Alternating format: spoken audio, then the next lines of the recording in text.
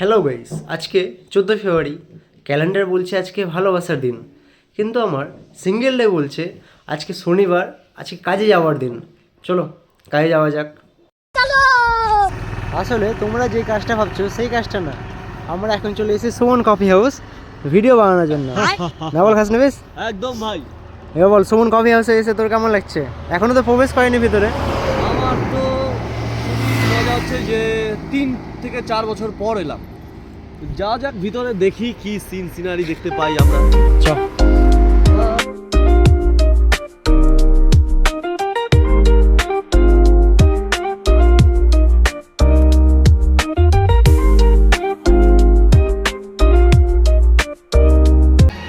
Suman coffee হাউসে এসে বোকাচোদা হওয়া আমি আর আমার বন্ধু। এখানে একটা কেবিন আছে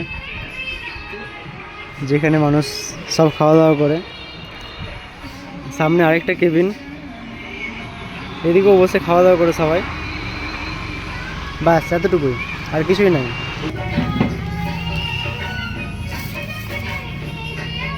এটা হচ্ছে সুমন কফি হাউসের মেনু। ওটা সুমন কফি হাউস না, ওটা বালের হাউস, বালের কফি হাউস। তো আমরা ওই জন্য সেখান থেকে বেরিয়ে যাচ্ছি এখন রোহিতের দিদি ভাইয়ের বাড়িতে। একদম ফালতু জায়গা ওটা।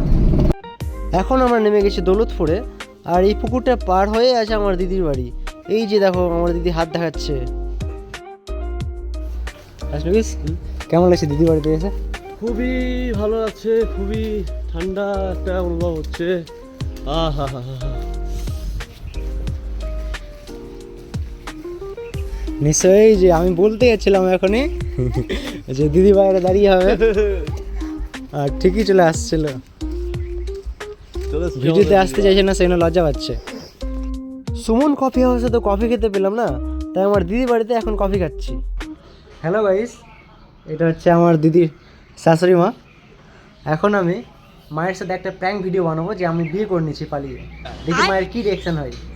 শাশুড়ি, মাকে ফোন লাগাতো, স্পিকার দে। দিচ্ছি।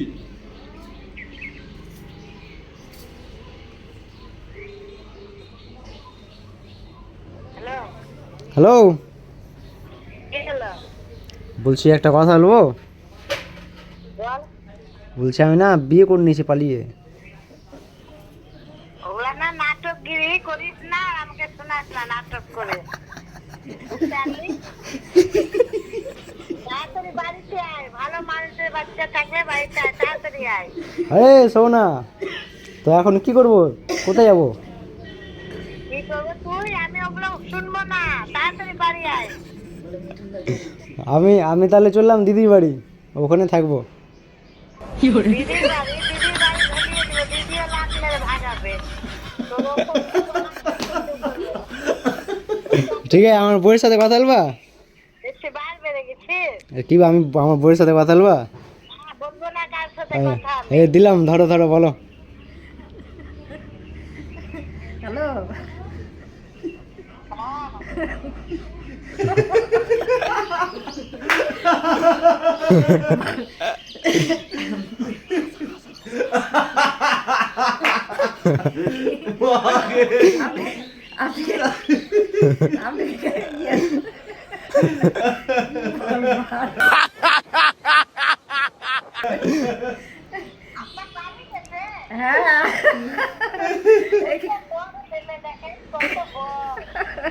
এখানে এসে মাকে বলছো, মাকে আমি বলি।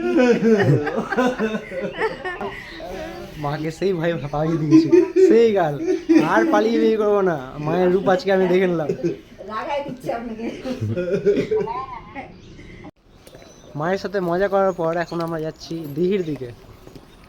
এখানে বলে কোনো একটা দিঘি আছে, সেখানে যাচ্ছি। আমার দিদি আমাকে নিয়ে যাচ্ছে। কোথায়, ডান দিক না সোজা?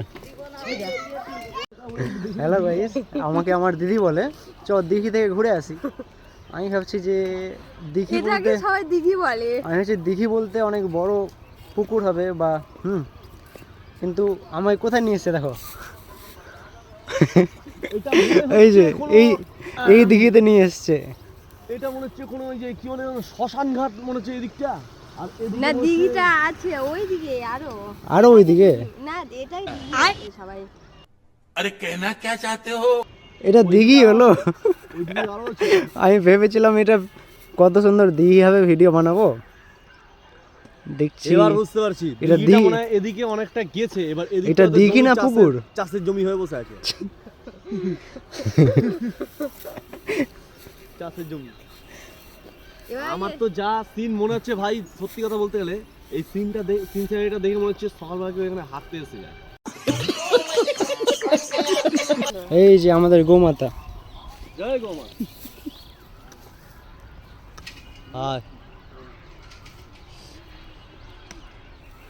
দা তুই ধর তো, তুই ধর।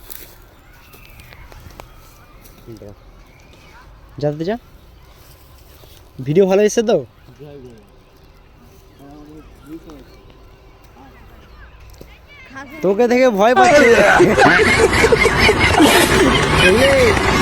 গোমাতা জানে কে ভালো মানুষ কে খারাপ মানুষ।